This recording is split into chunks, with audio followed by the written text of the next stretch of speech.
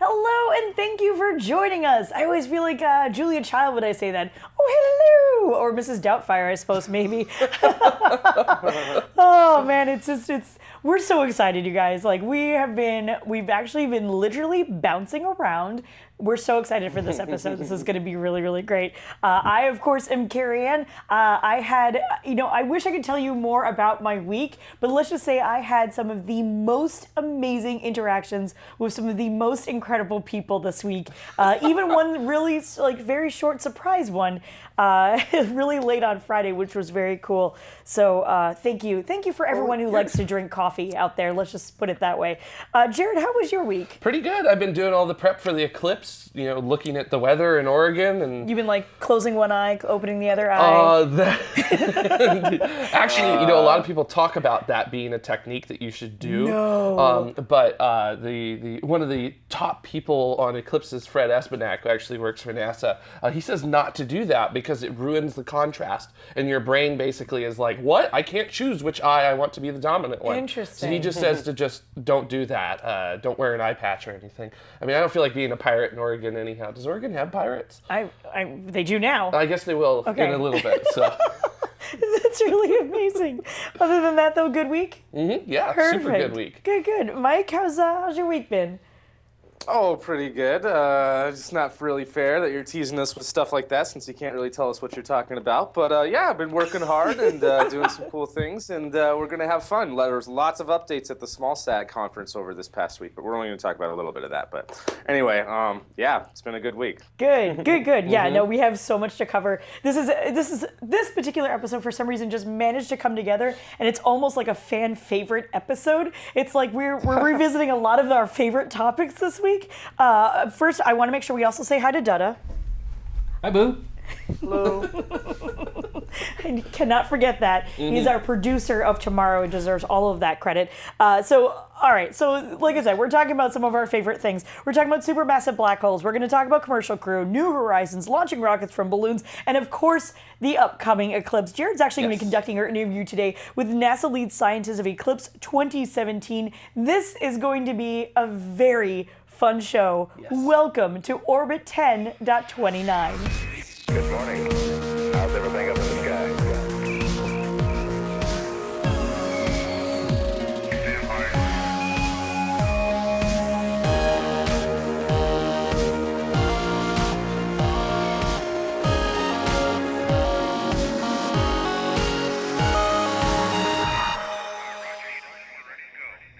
Hi. For sure, I want to make sure that we should, for sure, give a huge thank you to our Patreon supporters. These are the Patreons of the Escape Velocity variety. If you are not familiar, we actually have some new rewards, which is really cool. These people have given us $10 or more for this particular segment, this particular episode. They, of course, get access to our Discord channel and all the weird and wild and crazy things that we happen to think about on the daily. Just manages to brain dump right into Discord. So if you're interested in all of that weirdness and more, head on over to patreon.com/TMRO. Oh my goodness. So I have in the rundown, it says launches, which is hilarious because that wasn't a thing. There wasn't actually any launches.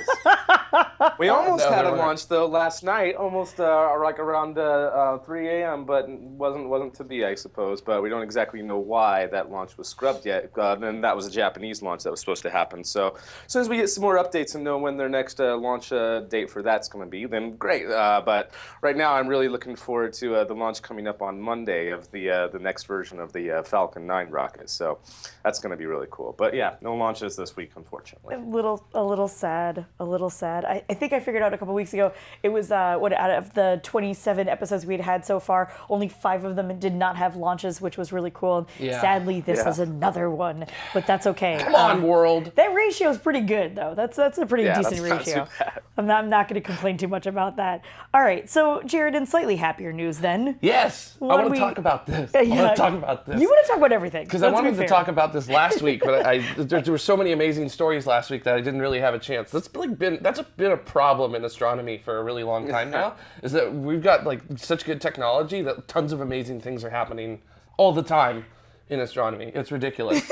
But this one is so cool, which is that there was a chance occultation of the upcoming target that New Horizons will be flying by on January 1st, 2019. What's that word you used? Occultation. What's that So, mean? it's when scientists stand in a circle and they get a pentagram with candles and... No, I'm just kidding. Right, that a cult. I see how you did that. An occultation is when an object moves in front of another object. Oh, basically. okay. So in this case, the target, 2014 MU69, moved in front of a star. Now, this image right here is not the actual image of the occultation. This was the discovery image of 2014 MU69. And we had to use the Hubble Space Telescope in order to conduct a survey in 2014 because they wanted to find targets beyond Pluto along New Horizons' trajectory. So that way, if there happened to be any objects out there within the limits of what New Horizons could change its trajectory at, then we could go study them, and we found 2. And this is the one that they settled on that would use the least amount of fuel in order to get it there. Now, a team of 24 telescopes was deployed across Argentina to capture that occultation of the star. And this is actually what it looked like. This is the real data. Notice that star in the middle. Whoop, there it goes. Oh, nice. So this occultation lasted 1/5 of a second, 0.2 seconds, which does not sound like a lot of time at all in order for you to actually gather any data. But we got so much good data out of this that we actually may have an idea of what 2014 MU69 looks like. And the occultation, as it was observed in multiple places at different latitudes, actually allowed us to sort of generate a view of what this object may look like. And this is it right here, using the different occultations that we actually got data from. They're at different angles, and that actually allows us to maybe figure out just what that object, or specifically 2014 MU69, looks like. That looks like a super sweet logo for a totally 80s nightclub. Yeah, it's like that never released Joy Division album. Right, you need like a little bit more Welcome to the turquoise. occultation. Yeah, Right. Yes, let's do it. Yeah, and what's so cool about this is that because they had so many different places taking in data, they were able to characterize it, and they think that it's either a very oblate spheroid, which is kind of a nice way of saying football, or excuse me, for non-Americans, hand egg kind of shape. And it's roughly about 32 kilometers in size, so it's a good chunk. They also think from this that it could be a contact binary, so basically 2 objects got close enough to each other where their gravity pulled each other together and they came into contact. Sort of like a comet Churyumov-Gerasimenko that Rosetta orbited around from 2014 to 2016. Now, New Horizons is going to fly by 2014 MU69 on January 1st. 2019, it's going to be moving at 14 kilometers a second when it does it, and this is going to occur at 43.4 astronomical units away from the sun. This will actually be the farthest object ever explored, and also, very interesting factoid here, the first object to be explored by a spacecraft that was discovered after the launch of that spacecraft. So that's really cool. Very, very cool that they were able to pull that off. Yeah. So that's going to be a very exciting day. So Yeah. As Vogan in the chat room points out, rugby ball for Rugby those ball. of us Yes. not in the U.S. who There you are go. not familiar with what the U.S. calls a football. Not to be confused with soccer. It's very confusing. Sports ball just in general is weird. Yeah. Let's just agree on that. kind of does it. Sports.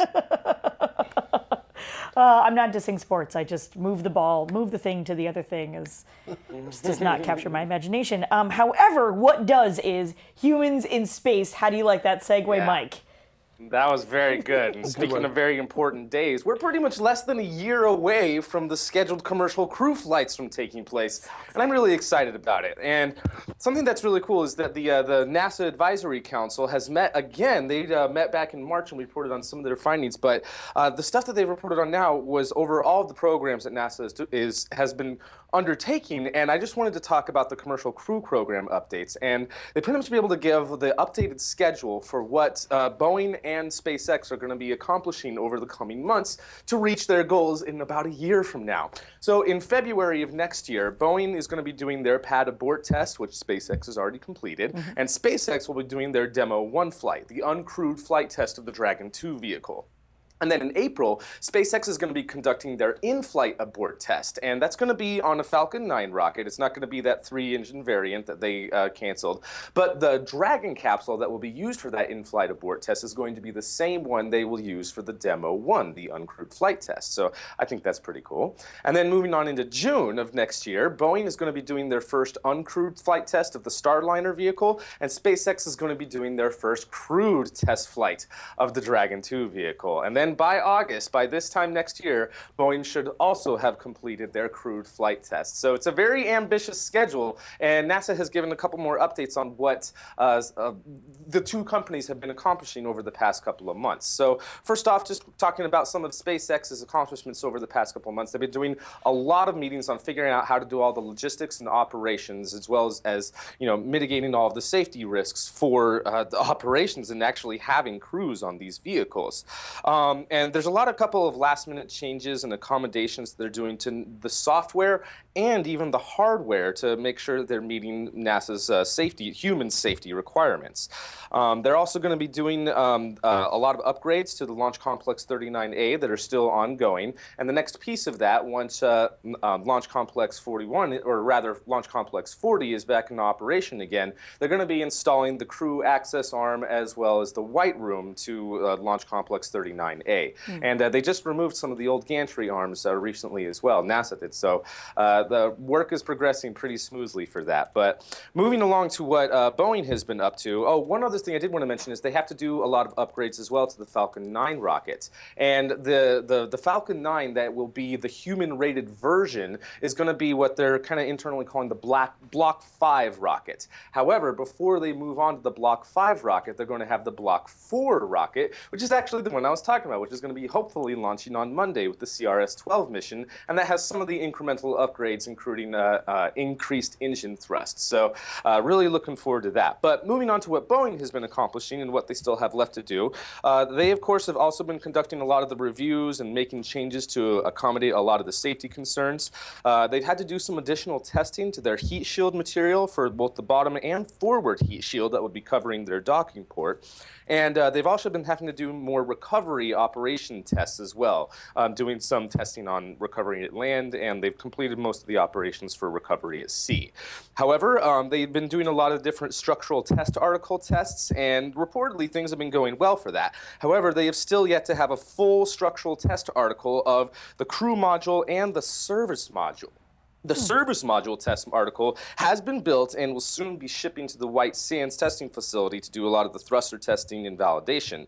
And the upgrades at the pad that they'll be launching on ULA's Atlas V rocket, are essentially complete. They still have some work to do, but most of the major upgrades are complete at this point. So things are moving right along, and I'm really excited for it. And just now that we're in this, T-minus 365 days, it's just like, wow, things are serious now. And I feel like now is our opportunity to really kind of express our passion for this subject, because a lot more people are going to be paying attention to this and hearing about this for the first time that might not have, now that this is moving closer and closer to being a reality. So I'm just really hyped about it.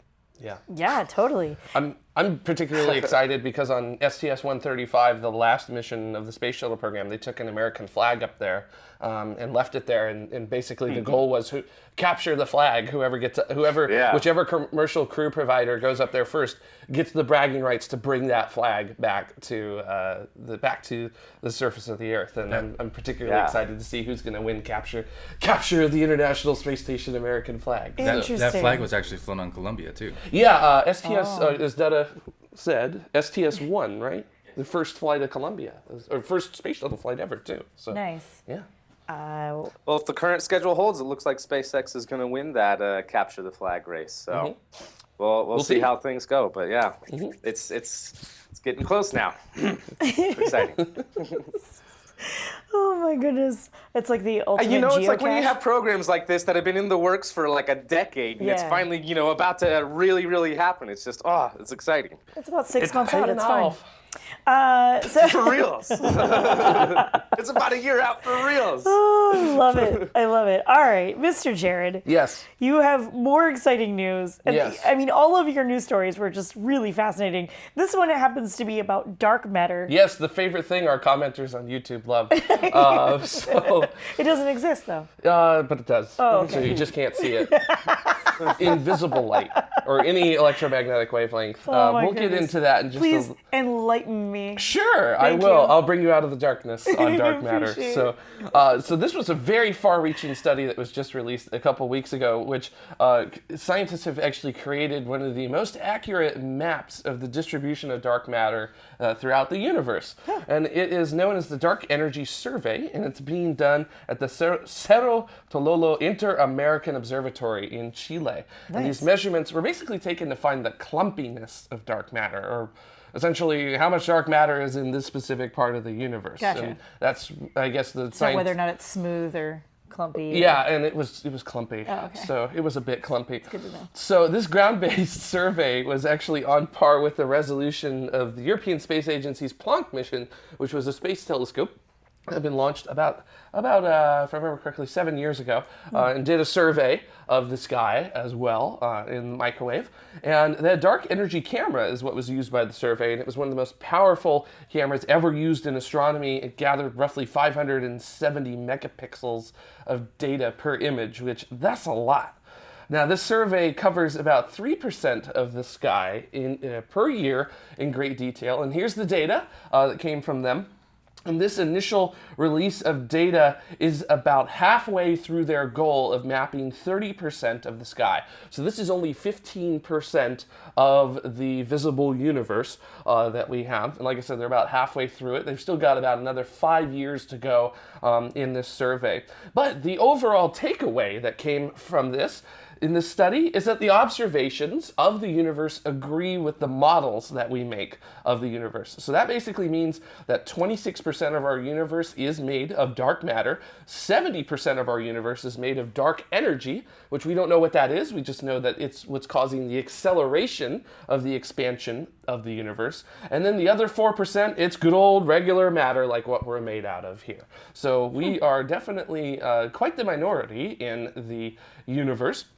But this was just so cool that we made the models. We've talked about the prediction of it there, and we went out and looked at the universe, and what do you know? The models are right. Just like peanut butter, as NASA Jim in the chat room was saying. Yeah, just like peanut butter. Yeah. Chunky. Yeah. But smooth.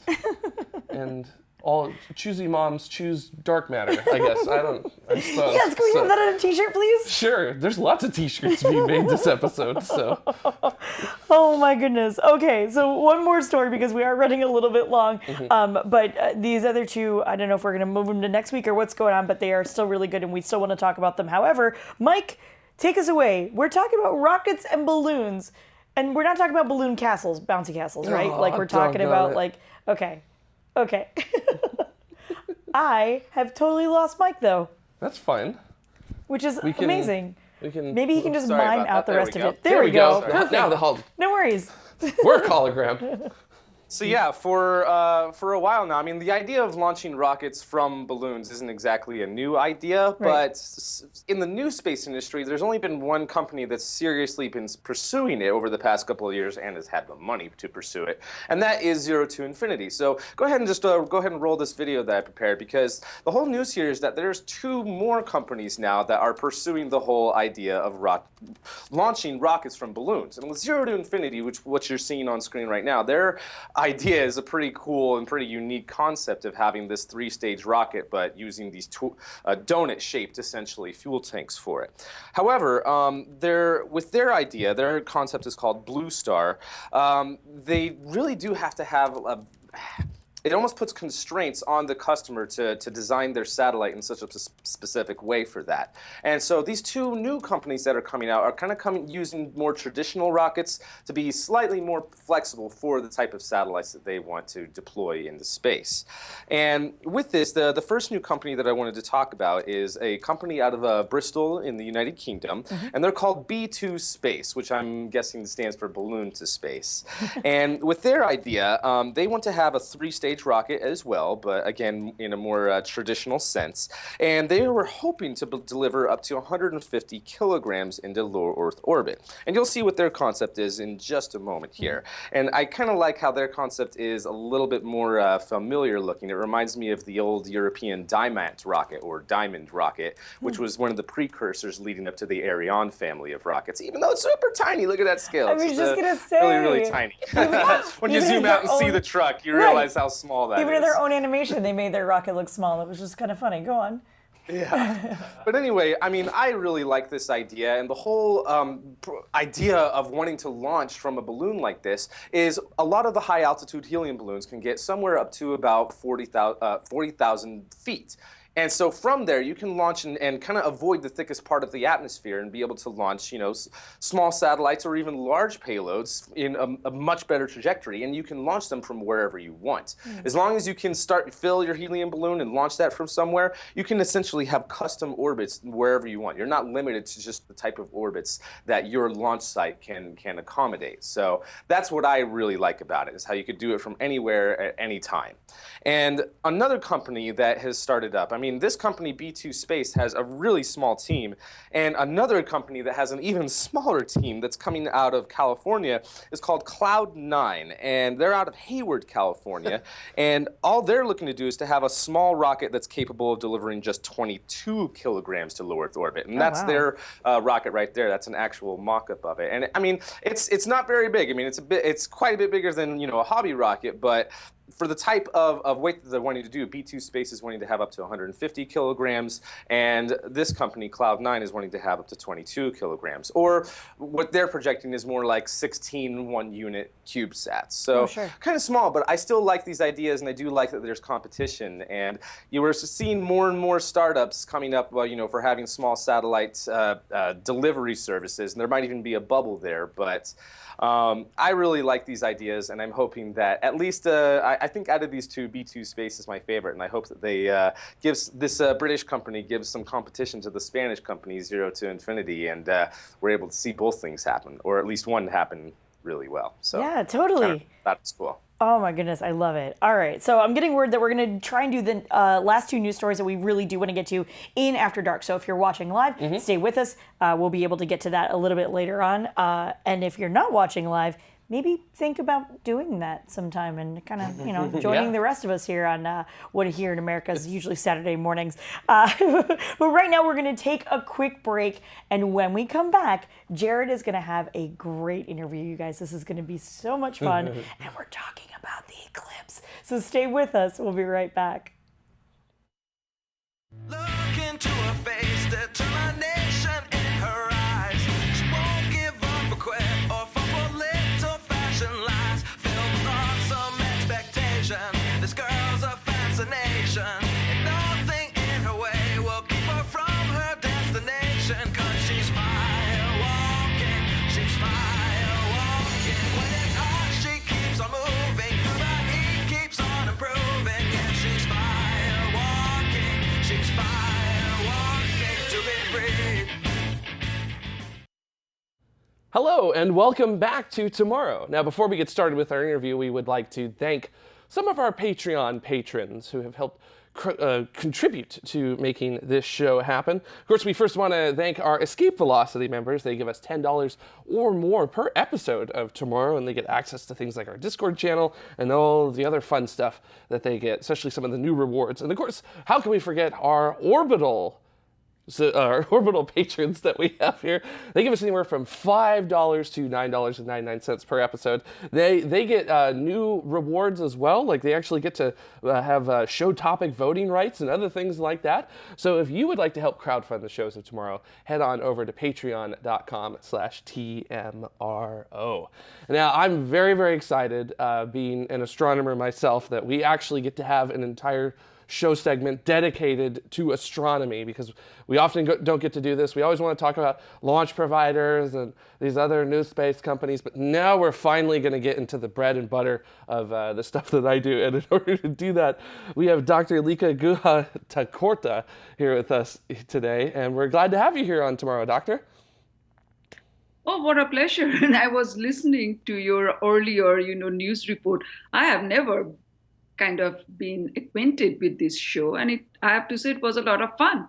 Well, thank you so much. And just to give a little introduction of yourself, you're actually NASA's lead scientist for the 2017 Eclipse. And that is a very awesome title to have.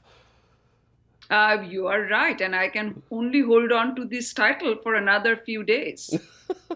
Yeah, just another few days. I think, what are we now? We're like 9 days away from the eclipse, I believe? Yeah, Monday the 21st. Yep, that's 9 days. So it's quickly approaching, and hopefully everybody who's watching on tomorrow that's in the United States has their plans ready, because if you don't have your plans ready to go see the eclipse by now, best of luck to you, I guess is the way we'll put it with that. So, Doctor, just tell us a little bit about yourself and kind of what you work on as the lead scientist for the 2017 eclipse. I will very quickly get to that, but before I do that, what I want to say is that the ones who are listening, really, you don't have to go anywhere to actually see the eclipse. So the eclipse will come in two varieties, a partial eclipse or a total eclipse. Now, if you want the full show, and that's what I absolutely recommend, then you have to take yourself to the path of totality. But if you don't want that, just stay wherever you are, and if the sky is clear, you're going to see a partial eclipse. All of America will, including Alaska and Hawaii, and of course parts of Canada. So that's eclipse. So what am I doing with the eclipse? It's an interesting question. In late 2015. I was given this honorary title to be the lead scientist for the Eclipse 2017. And I asked of myself, I mean, what does one do? You know, I mean, NASA doesn't control the eclipse. So how do I become the lead scientist for the eclipse? What's going to be my role? What am I going to do? And I would say that it was, I'm saying it jokingly, but it was non-trivial in my mind. It felt like a responsibility, yet I knew I had no celestial power to control this eclipse. I had the power of, NASA bully pulpit. I maybe had a little bit of, resources in terms of monetary money, as well as our operating spacecraft. And so I actually started thinking of how to bring the eclipse science so that it is science that encompasses sort of everything that is possible during an eclipse. Very often, we astronomers have just concentrated on the solar physics side of eclipse, right? So we get to see the innermost part of this outer atmosphere of the sun called the corona, and that is very, very important. But then there is a whole host of other signs that gets enabled during eclipse. And this particular eclipse is so important because it is covering sort of coast to coast a big chunk of the American landmass where the path of totality goes through. But as I said, the penumbral shadow sweeps through all of America.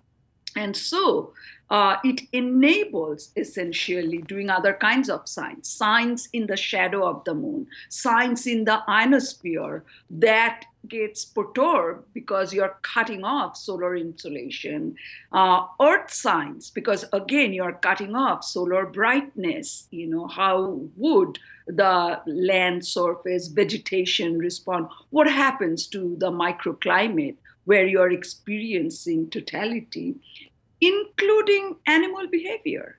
When the temperature really falls and it becomes dark in the path of totality and around that region, animals absolutely respond to these changing conditions and kind of adopt their normal behavior. If these are diurnal creatures, they kind of tend to go back to their home thinking night has descended, nocturnal creatures will come out. So I essentially tried to put together a research call to unleash people's thinking on interdisciplinary science for eclipse. And that's kind of how I have approached this eclipse. But I've said a lot. I'll let you ask me a question. Sure. No, that was great. It's so cool to hear of all these meshings of science, like science I wouldn't have even thought of, like biological sciences and meteorological sciences with microclimates and things. I would have never even thought about that being something that you could study during a total solar eclipse, but you can because of the nature of it. But I want to ask you, what's your personal favorite study that's going to be done during this total solar eclipse? Oh, I'm like a mom here. I just can't pick one child over another. So it really, for me, it's the combination, the variety, the engagement of citizen scientists. It is just breathtaking. And I am waiting to see that beautiful shimmering corona, if nature would allow this, because ultimately it would depend on clear sky condition wherever we are. Even if we take ourselves to the path of totality, it is such a mesmerizing moment. And I'm a scientist who's done eclipse science, led eclipse expeditions, yet it just kind of feels transformative when you are in the shadow and looking at that corona. Now, you mentioned citizen science, which is always a great way for people who maybe aren't professional scientists to actually get involved in studies like what we've got with the upcoming eclipse here in 9 days. What are some of the citizen science projects that our viewers of tomorrow could get involved with? Well, first of all, let me give you the NASA website where you are going to find all of this information in great detail, which is NASA 2017 dot Eclipse, I think. No, not NASA Eclipse 2017.nasa.gov. Please make sure that that's the right website and you have it on your website. So some of the fascinating variety of citizen science experiments that are going on, we have something like 60 telescopes, all across the path of totality, strewn across 2,500 miles, that will be observing the corona in great detail with great temporal and spatial resolution to get the dynamic behavior of the corona this close, which we can't do from space actually in visible light, but have it for 90 minutes.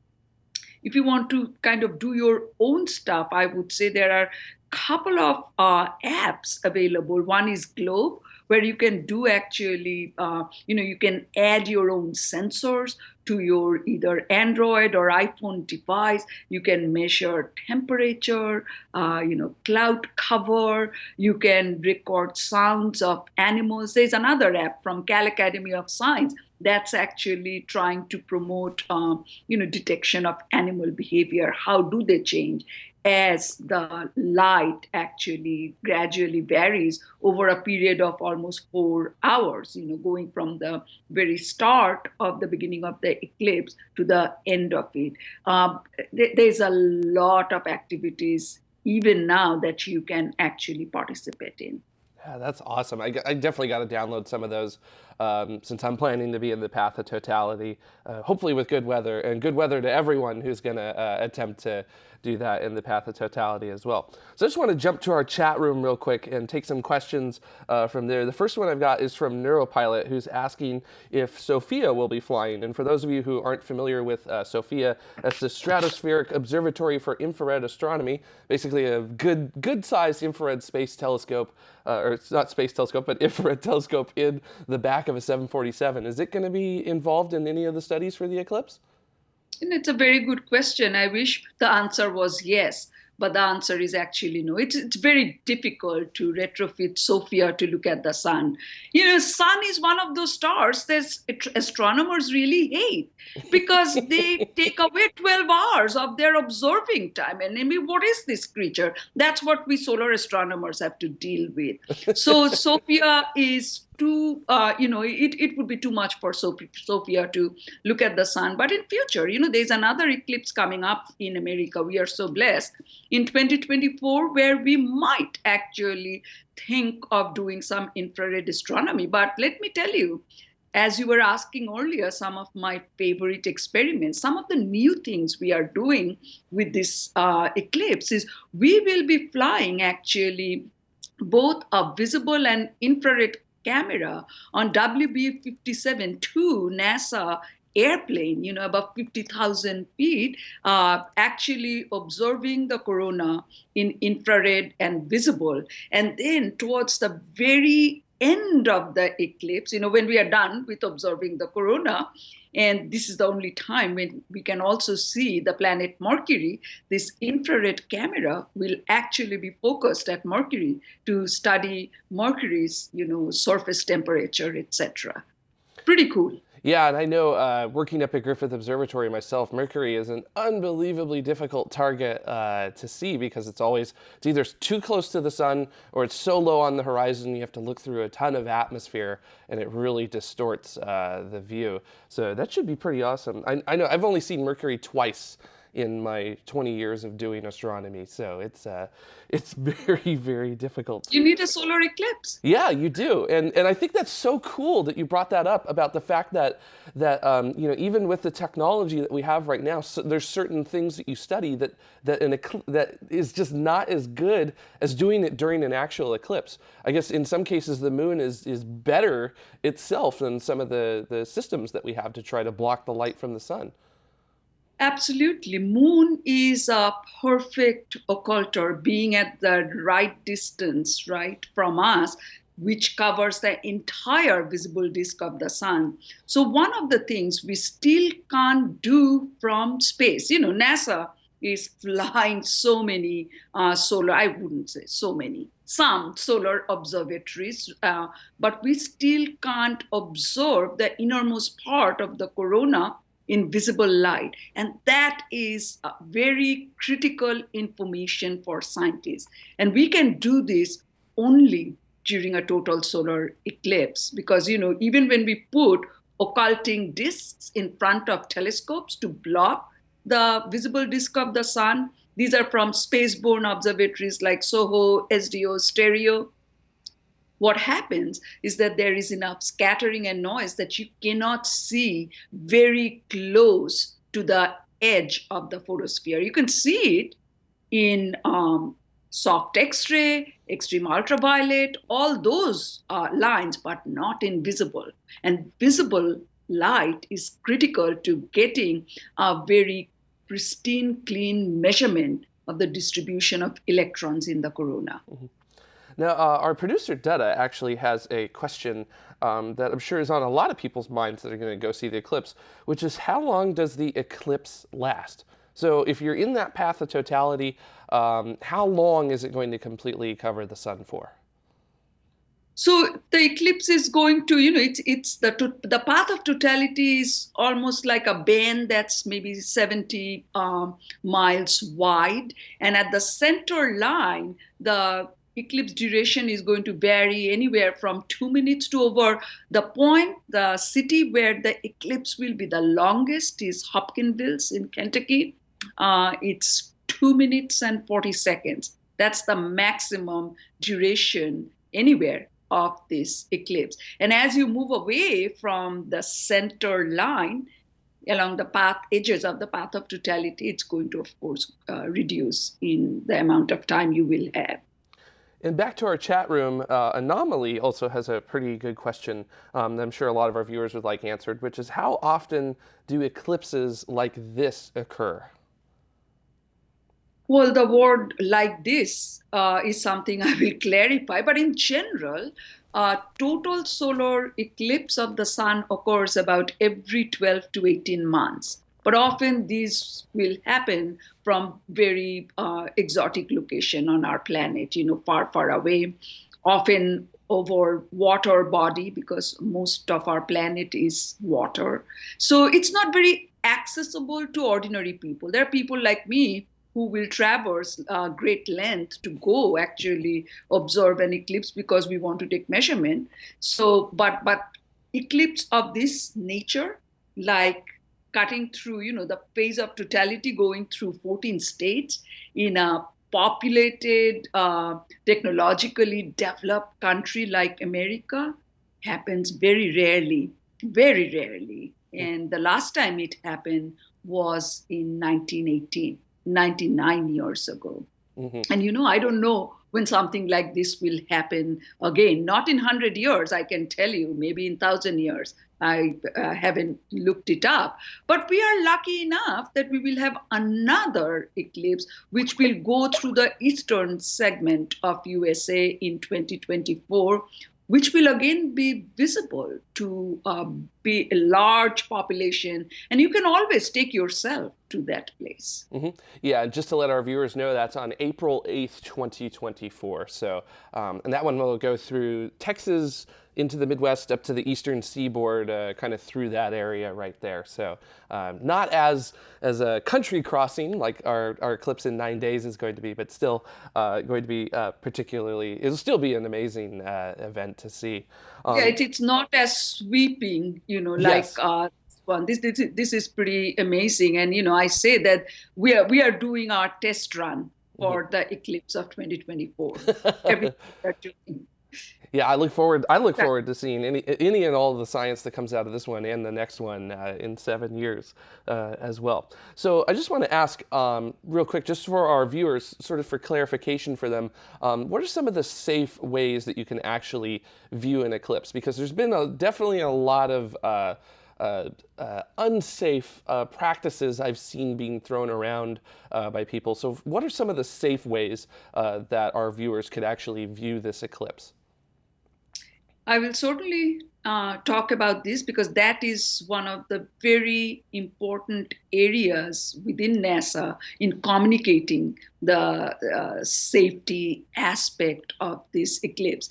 Now, the sun doesn't behave any differently during the eclipse. So, we're not creating any new conditions, but the fact that the sun gets dimmer and dimmer and you have this crescent, sometimes people think they can just stare at it. We never want to look at the sun at any time without protection. You need the safety glasses anytime you are looking at the sun directly, anytime, anywhere.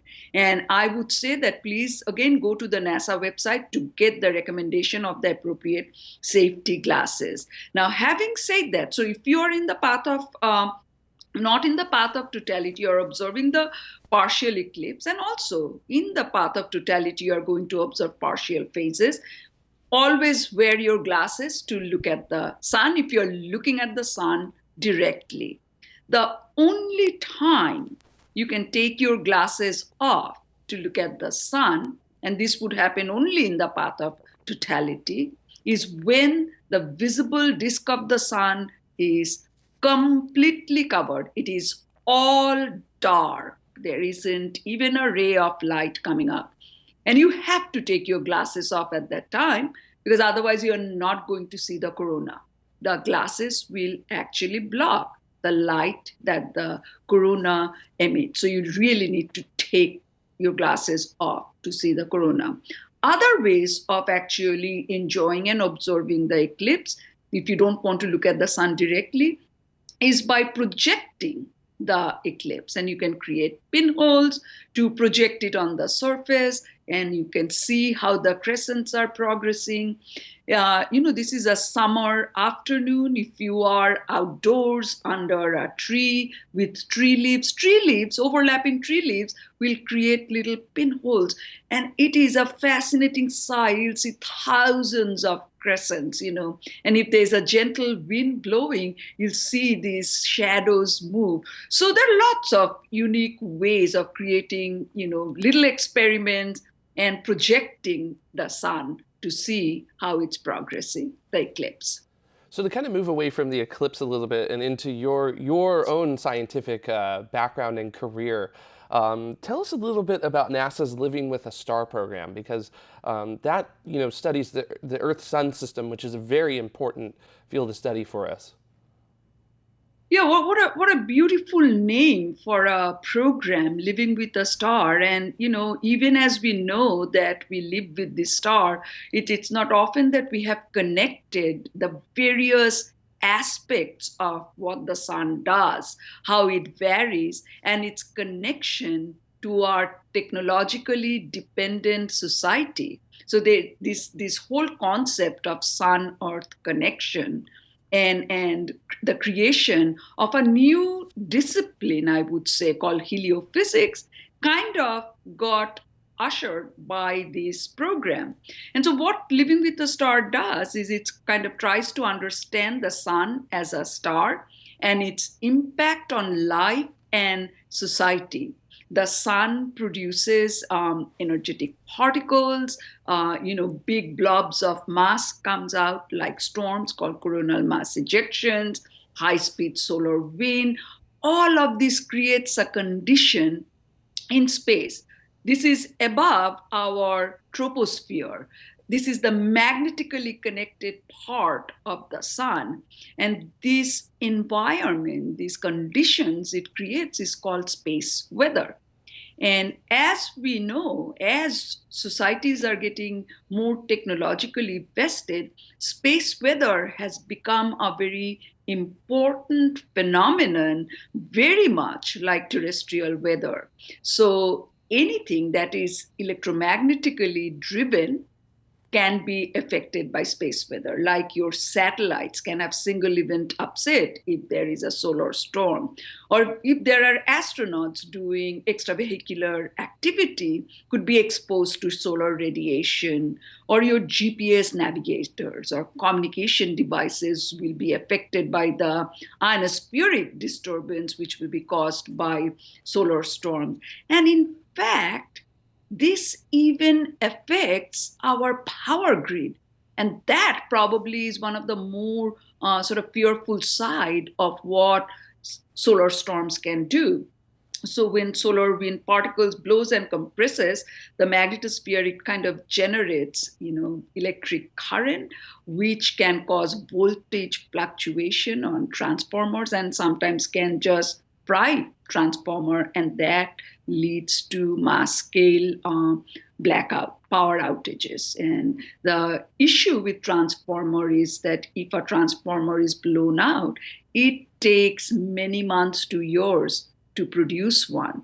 So space weather has become kind of one of those areas that are very important to understand the physics, very important to forecast. NOAA does the forecasting for the nation, when such events are about to come impinge. So various sectors can take mitigating steps. We can't stop the sun, but we can at least turn off our instruments or power grid, power supply, whatever we need to do. So this is what I think Living with the Star program kind of ushered us into. And from the Sun Earth connection, now we are looking at Sun planet connection. So planets have environment.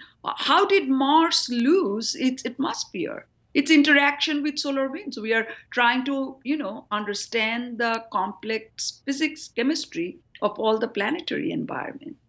And what are some of the spacecraft that are being used in the Living with a Star program? So the first spacecraft that was launched, sort of the cornerstone mission in Living with the Star program, is Solar Dynamics Observatory, launched in 2010, which is actually giving us a high resolution image of the corona in 10 different temperature band filters every second. And with this, we are not only able to sort of peer into the active regions that are producing the storms, but also look at the connections between other distant regions.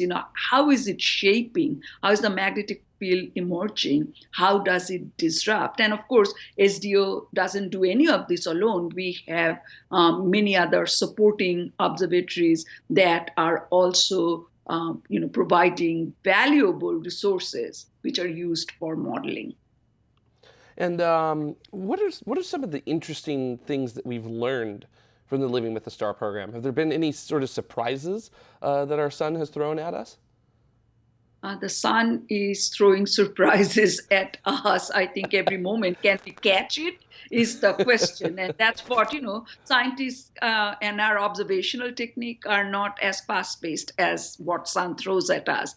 But absolutely, I would say that our knowledge of sort of understanding, the structure of coronal mass ejections in 3 dimensions, how rapidly it moves in space, how does it interact with the interplanetary environment to create particles. It's shocks generated which creates high energy particles. What sort of leads to an event like a Carrington event, which was this huge solar flare that went off in 1859 that was observed from planet Earth by Richard Carrington, really projecting that effect. And if something like that happens today, that massive solar flare, I think we will experience a lot of damages if proper forecasting is not done and if proper mitigating steps are not taken. So to understand essentially what creates the condition for a Carrington type event, we are making progress towards understanding that. We are making progress towards understanding the various ideas behind what hits the corona. Are we there completely? No. That's why we are going to send a spacecraft actually to the sun next year, exactly a year from now, called Parker Solar Probe, which will go to within 10 solar radii of the sun to actually locally measure the particles. It's no longer remote sensing, right? A column of stuff that we have to deconvolve. It is actually going there, sampling. We won't bring the sample back, but we are going to measure, record, and deliver that information to know what is the magnetic field environment, what are the ions doing, how fast are they moving, are there high frequency waves being deposited in the corona from magnetic reconnection or nano flares that's hitting the corona. These are the questions we are going to answer. So to go to our chat room real quick, Anomaly has a very interesting question, which is, does the sun have seasons? Yes, I guess you could say that. Seasons have different interpretations in our mind. What the sun has are cycles. And the most common one is this 11-year cycle.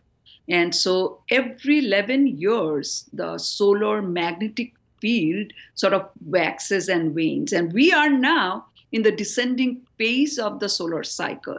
At the peak of the solar cycle, what happens is we have the surface of the sun covered with many sunspots. And sunspots are these dark regions which are areas of very strong magnetic field. And the magnetic field is so strong that it inhibits conduction of heat. So it appears kind of dark compared to the rest of the surface. During solar minimum, sort of few years down the road, the sunspots disappear. There are fewer sunspots. With solar maximum, you have higher frequency of solar storms, coronal mass ejections, all these activities that energizes our space weather environment. During solar minimum, what we have is these activities still will go on, but the frequency goes down. And I kind of want to touch on one more aspect about this solar cycle behavior. So the sun behaves, from maximum to minimum in magnetic field. Now, when the sun behaves that way, what happens, it kind of protects us from the galactic cosmic rays, which are not solar in origin, but interstellar medium in origin that comes into our heliosphere. So when the solar magnetic activity cycle is high, we get fewer galactic cosmic rays, and they are dangerous things. When the solar magnetic activity cycle is weak, we get more galactic cosmic rays. So as we think of going into deep space, Moon, Mars, and beyond, we have to kind of couple these two conditions and understand the radiation environment that the sun is creating around us. So to go to our chat room real quick, just to get a few more questions before we officially wrap up our interview. Destructor 1701 has a pretty interesting one to me that I'd like to kind of throw out there, which is, are there any Lagrangian sweet spots behind atmosphereless worlds in the solar system where you'd like to park a probe in permanent totality? So are there any places where we could actually use like a planet or something to generate artificial totality for like a package of instruments? What a fascinating question. In principle, at Lagrange point one, we have spacecraft like SOHO, ACE, all of that, right? And where we are using telescopes to observe the sun. But if you're talking of actually putting a planet in front, is that the question? Mm-hmm, that you have to gently tug and move an asteroid or something at the right distance. But then you'd have to worry about what happens, if that gets a slight nudge and kind of takes a different orbit and comes back to haunt us. Well, it's a fascinating, almost science fiction-like question, but who knows? In reality, someday we might be doing things like that. Yeah, sounds perfect for a future extreme verge on the edge of technology kind of mission to work on with it. And then we'll take one more question from the chat room from Sarge Enzyme, which is asking, will there be a replication of the experiment to show the deflection of light that the sun produces? And I think that's referencing Eddington's 1919 experiment to see if general relativity actually works. So anything like that? Yeah, what I can say, there's so much going on, right? I'm largely giving you a NASA perspective, some of the citizen science aspects. So I don't know all the experiments that are going on. From the NASA side, we are not supporting any experiment that is going to do, the replication of Eddington experiment. But I believe that there are amateur astronomers attempting to do that. Yeah, and that just, I guess, goes to show how good the technology's gotten, that now, almost 100 years after that experiment, you can do that experiment in your backyard if you want to. So that'd be fascinating to see if an amateur astronomer could actually do that.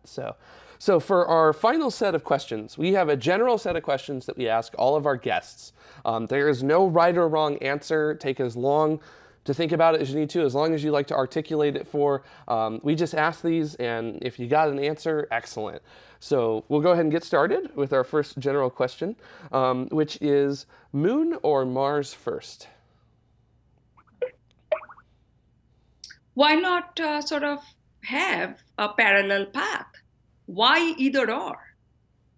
Yeah, good, interesting answer to that. For space, would you go? Yes. And hell yes. Okay. I think that sentiment is shared by a lot of us on the show, so good stuff. When do you think humans will first land on Mars? Well, that's a tough question. It's all about, having the political will. That's all. When that political will come, I can't say. All right, and for our fourth one, when do you think humans will set foot on the moon again? I believe that probably will happen very soon. Even if America doesn't go back, there are other nations poised to do this. It will happen soon. And our final and my favorite question that we ask out of these general questions, why space? Well, where would you rather go? This is a frontier, right? I mean, first we went to the poles, then we went to our near Earth space, the geospace. We sort of cascaded out from a concentric circle of being human beings bound to low Earth gravity. And the next frontier, I believe, is space. We've been living on International Space Station over 10 years. I mean, we've already been there. So I don't even know how to answer this question. It's a natural progression of who we are, how curious we are as a species, and how we like to understand, sometimes dictate, dominate our environment. And in that realm, that's the only frontier left. All right, Dr. Liha Guha Takorta, thank you so much for coming on the show today. We appreciate you coming on tomorrow. Thank you. All right, and now what we're going to do, we're going to head to a quick break, and when we come back from that, your comments from last week's show. Stay tuned, we'll be right back. We've always looked to the stars. They guide us, give us comfort, help us find our way. We see ourselves out there. When we look up, it inspires us. And we long for something we don't yet know. We yearn to go there. So, we venture forth. We choose to go to the moon in this decade and do the other thing, not because they are easy, but because they are hard. Because that goal will serve to organize and measure the best of our energies and skills. Tranquility Base here. The Eagle has landed. It's one small step for man, one giant leap for mankind. The exploration of space will go ahead, whether we join in it or not. Many think we stopped exploring. But we know our journey didn't end. T-minus 1 minute. We've only just begun.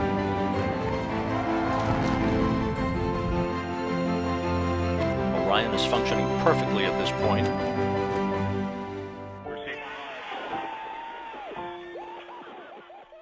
Come with us and explore tomorrow.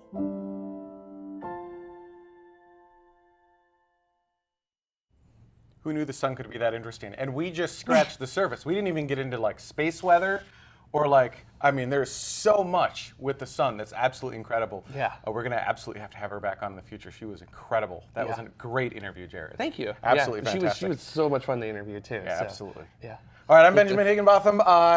Before we get started with comments from last week's show, thank you to all of our patrons of tomorrow who helped make this specific segment of this episode happen. These are people who've contributed $10 or more to this specific episode. We've also got our orbital patrons who've contributed $5 or more to this episode, and our suborbital patrons.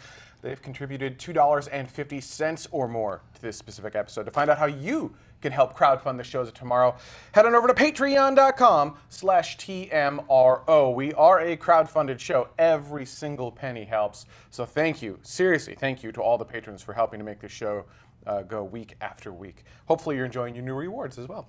All right, last week we had the suborbital space roundtable, right? So we're talking about suborbital space and you know, what its role is going to be. Is it important, and is it going to be a real thing? Because we've been talking about it.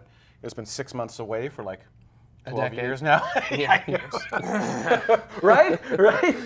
So Capcom, why don't you take it away? Get us into the comments section. All right, the first comment comes off of YouTube from Mark Wilson.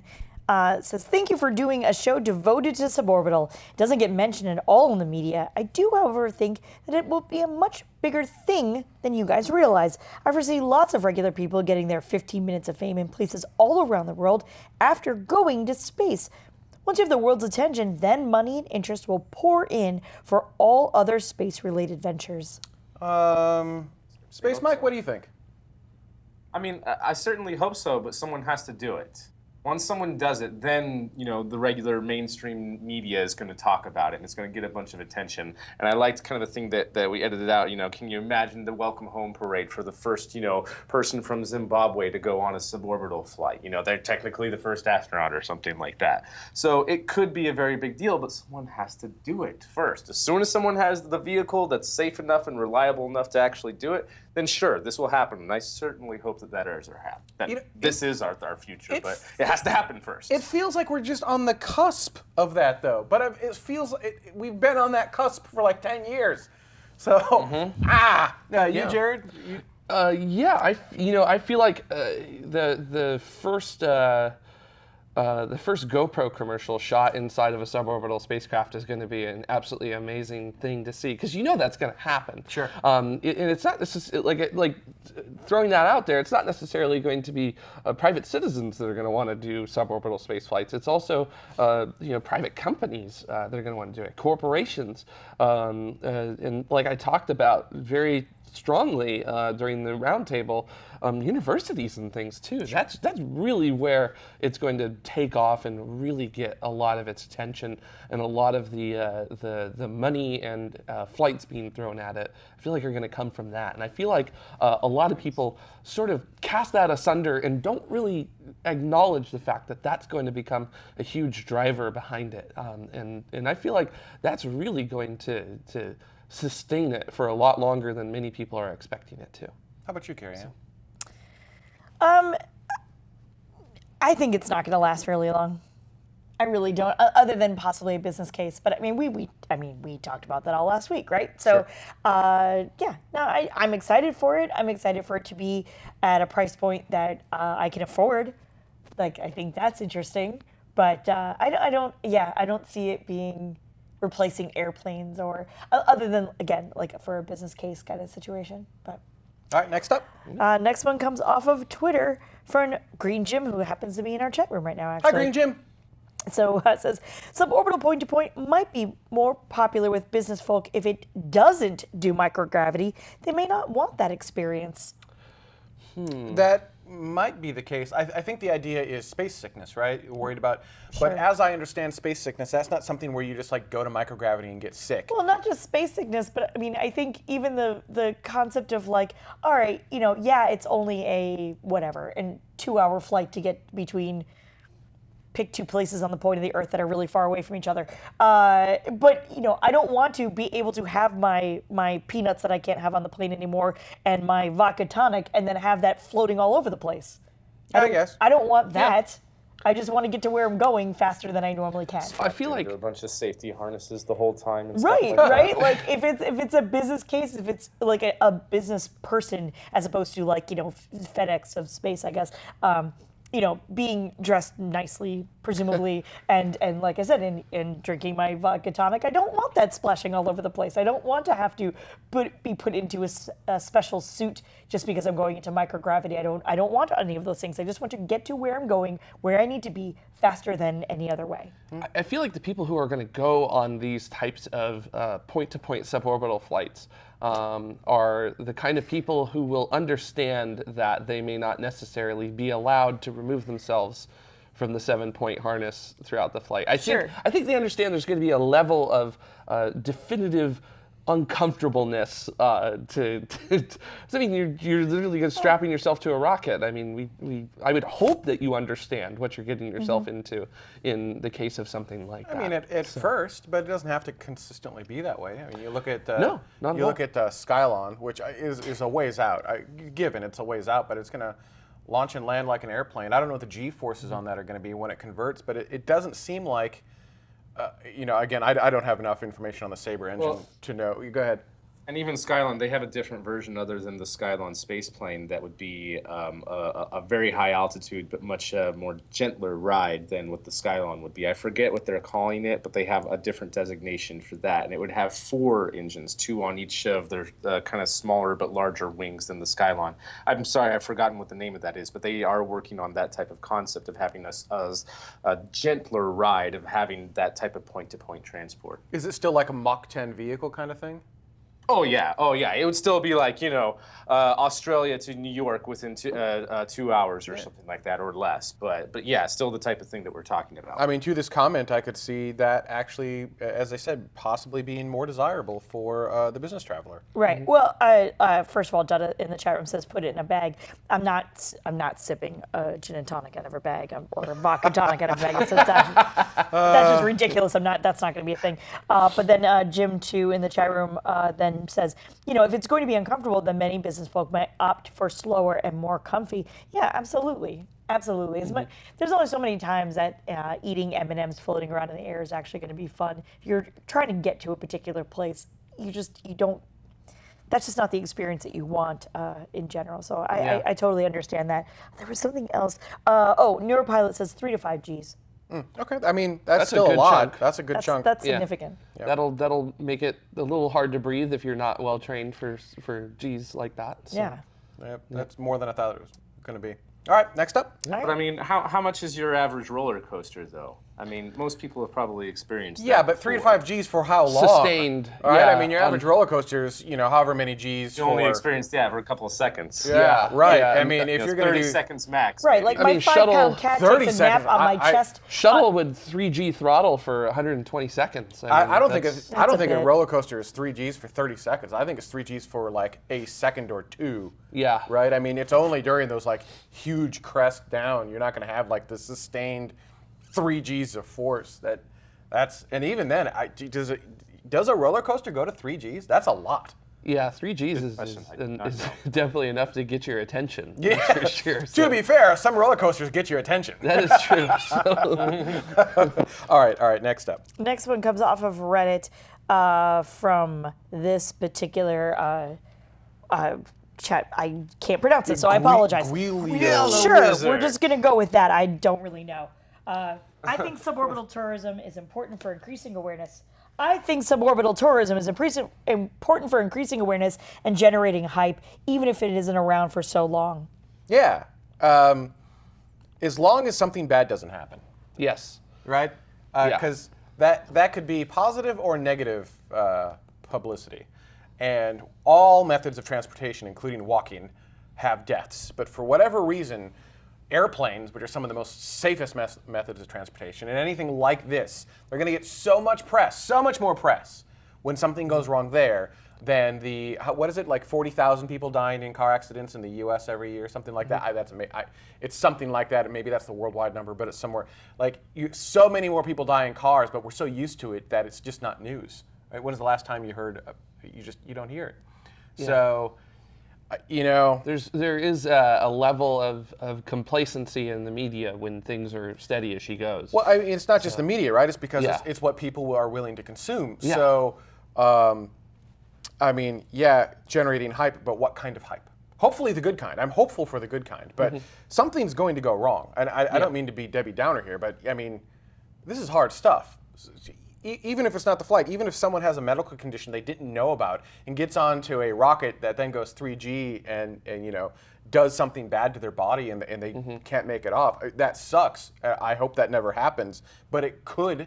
That's going to make national news. Is that good or bad for the industry? I don't know. I mean, even when somebody has a medical emergency on just an airplane flight, that makes the news. Right. Nowadays. Yeah. So yeah. I mean, maybe. Next up, Capcom. All right. Next one comes off of YouTube from Stephen Thompson. Several years ago, I started writing a story titled "In Space, No One Can Hear You Cheer."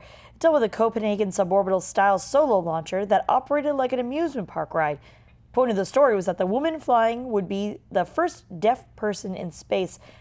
I think that even if it's just used for stunts or as a fancy ride, human suborbital flights will stick around for some time. Yeah, there is that element of opening up access to the crossing 100 kilometers above the surface of the Earth. So there was a post on Reddit /r/SpaceX Lounge, I believe, talking about how, and some people are like, well, if it doesn't pass 100 kilometer mark, the Kármán line, it's not space. That's the definition of space. And I think we need to have an entire second segment, an entire interview segment dedicated to what defines space. Because 100 kilometers isn't it. The definition of space is fluid, much like space itself. And there's that line is really interesting in how it was derived. And ultimately it comes down to the Kármán line is basically where you need centrifuge force. You need your forward momentum to keep you aloft as opposed to lifting force from the altitude. That's basically the differentiator. But the sun actually has a controlling factor in that as well. It does, yeah. So tying it back to today's episode, the sun is an important part of that. And that line can actually go above 100 or well below 100, depending upon space weather and a bunch of other variables. So there's this kind of arbitrary 100, well, not arbitrary, but 100 kind of a general median line where you really can't use lift anymore to stay in the space. And that's how it was decided on. It's actually not exactly 100. It was rounded to 100 because that's the easier number to remember. So it's even not even technically correct. It's just a rounded number. Even on top of that, it is not an internationally recognized number. It is not, there's no worldwide standard for the boundary of space whatsoever. It does not exist. Some entities like NASA and IAF, I think it is, IFA, something like that, do recognize that as but other entities like the US military do not. So I don't know how I got off on that, but I think we should have an entire show about where the boundary of space is, because if you're like, I won't go on anything that doesn't pass 100 kilometers, that's ridiculous. That's absolutely ridiculous. It's a made up number. So I just want to throw out there my personal opinion. I don't care as long as I get to ride on something that's powered by a rocket. That's pretty cool. Sweet. Pretty cool. If you're at the point where you're weightless, you can experience the curvature of the Earth, and you require more centrifuge force than lifting force, you're in space. Yeah. Right. If the vehicle itself isn't acting as a lifting body, is someone who pays $250,000, or what's 12 miles to them, I suppose. It's not even that. It's all of them, right? It's even Blue Origin. It doesn't matter if you're at the point where it's no longer atmosphere lifting you up. You're in space. That's ultimately what it should be. Then you're in space. And also, why do we have this weird differentiation? Anyhow. That is a show. If you have to be in a pressure suit to survive that, I mean, right? That feel like space, anyways, to the person experiencing it. Well, exactly. So we need to get rid of this whole Kármán line thing. It's not, and I'm pronouncing it wrong. But I feel like the pressure suit would be a little too wide to allow that to occur, because then you could technically say. Because you basically 30,000 feet or higher, you need a pressure suit in order to be conscious. And at that point, you're still a lifting body. Yeah, you still are. So that doesn't really. I don't feel like the flight I'm going to go on that goes to 40,000 feet should necessarily be a qualifier, if you will. To say that. So well, we're going off on a long tangent. Yeah, this is sorry. Let's come My back. fault. My fault. It's a good tangent, though. The overview effect from that high, though. Yeah, but and that's where it gets sticky too, because you don't need to go to space. So the next comment comes off of YouTube. Well, hang on. Are you serious? Yeah. You don't need to. Here we go. You don't need to. I'll finish on this. You don't need to go to space for the overview effect. You can go in a balloon, which is going to be less than half of the distance to space to expected space. So you can almost get the overview effect from a commercial airliner. Not quite, but like Concorde, you could start to get the overview effect, right? So anyhow, start to. Blows my mind when I go on a plane and I look out the window. Anyhow, so isn't that all right? It's just unbelievable. So now, Capcom next. And we're steering the show this way. Donna has commanded. We're moving on. Comes off of YouTube. From Membrane 556. The public needs to be better educated about nuclear power, as its ignorance not only harms space exploration, it also harms our ability to control carbon emissions. Obviously, from my rant in last week's show, I totally agree with you. Right? It is in actuality, it's an incredibly safe form of power. It's just scary because most people don't understand it, and the bigger issue is when you lose control of it, it does have the potential to do a lot more long-term damage than other fossil fuels do if you lose control of it. So the trick is understanding the safety mechanisms and ensuring you never lose control of it. But we shouldn't be afraid of it. We should. There's some really cool study in tech on how to make it really, really safe. But everyone's just afraid of the word at all. So we never go down that. And it makes me sad. It really does. It makes me sad. I even read a recent article that was really interesting, but I didn't follow up on the sources, so I don't know how true this actually is. But I guess there was a study done looking at all the different meltdowns and accidents with nuclear power plants, and it turned out that a majority of the accidents were due to human error and nothing actually wrong with the hardware itself or the I saw that process. too. Yeah. So, but even if it's true, who makes the error is irrelevant, right? So the possibility of you can't have that level of contamination. That's not okay. But building in those safety systems, and if we spent if we weren't so afraid of it, we could then spend some time, effort, and money to design these safety systems. But why would you do that if you can't deploy it? Yeah. Right? Because you could. And going back to Membrane's comment of this, we need to be better educated about We it. need to be better educated. Yeah. Absolutely. I wholeheartedly agree with you. Absolutely. All right. Final comment. Comes off of YouTube. Avogan. Oh, don't listen to the poetry. Vogan. We're going to go with that. Says, I like the astronauts' bragging rights aside in your discussion. If Virgin Galactic fly lower than 100 kilometers, I can't talk, and Blue Origin fly higher, then Blue Origin passenger astronauts will have bragging rights over Virgin Galactic passengers. I wonder if Richard Branson has factored in the impact of this in his business model. No, because I don't think any of that matters. No. I really, truly don't. Yeah. No one's going to... Look, when Go ahead. It's about the experience. It is about the experience.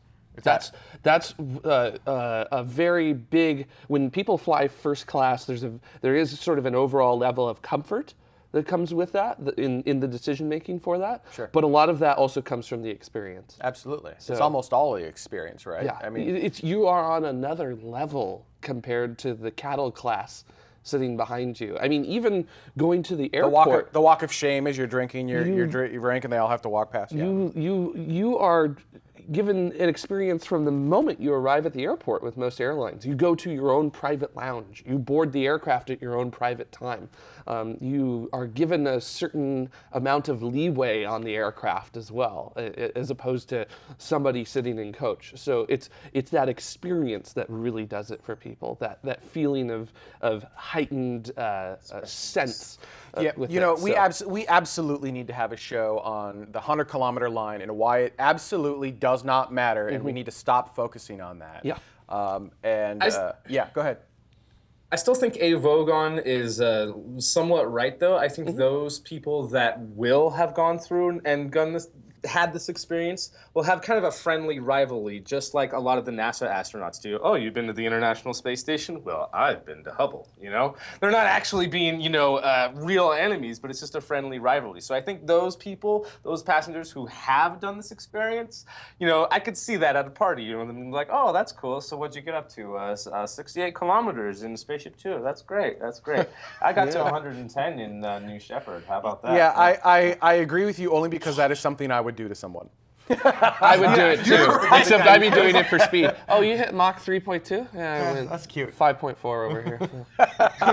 I went hypersonic. But that only applies, inside of those groups. When you're talking to the people who haven't gone to space yet, I think that no one's going to care, right? Yeah. And I think there's going to be this initial, incredibleness of, it doesn't matter how far up, if you just miss the 100-kilometer mark or if you make it, it's all going to be in the same category of suborbital space. And that's okay. That it is in the same category of suborbital space. All right.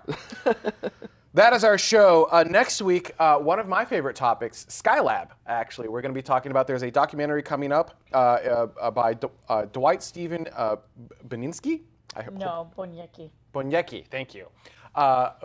So he's coming out with a Skylab documentary. We're going to be talking about that. I absolutely love and adore Skylab. I think that is one of the coolest U.S. space stations we ever had, and it is very, very underappreciated. Yeah, I think it is. So that'll be coming up next week. I'm really excited for that. We're going to have After Dark. We've got 2 more news stories that we did not get to, so we'll have those in After Dark coming up next. So stay tuned. After Dark's up. Oh. That's that. I have my director keeping me on track. Gosh, I cannot. I'm Producer of Tomorrow knows what's up. Yeah, he does. So we also have our ground support patrons. As I mentioned earlier, every penny helps. These are people who have contributed between $1 and $2, and I know I'm a terrible human being. Shame. Well, for shame. For shame. $1 and $2.49. Thank you, everyone, for helping to support the show. We really do appreciate it. If you want to help support the show, head on over to patreon.com/TMRO. All right, now we're going to take a quick break and come back with After Dark and those additional news stories that we missed. For those of you who are patron subscribers at $1 and above, you will get access to After Dark immediately. For everyone else, it will be available in about 4 weeks. Thank you so much. See you next week. See you in the shadow.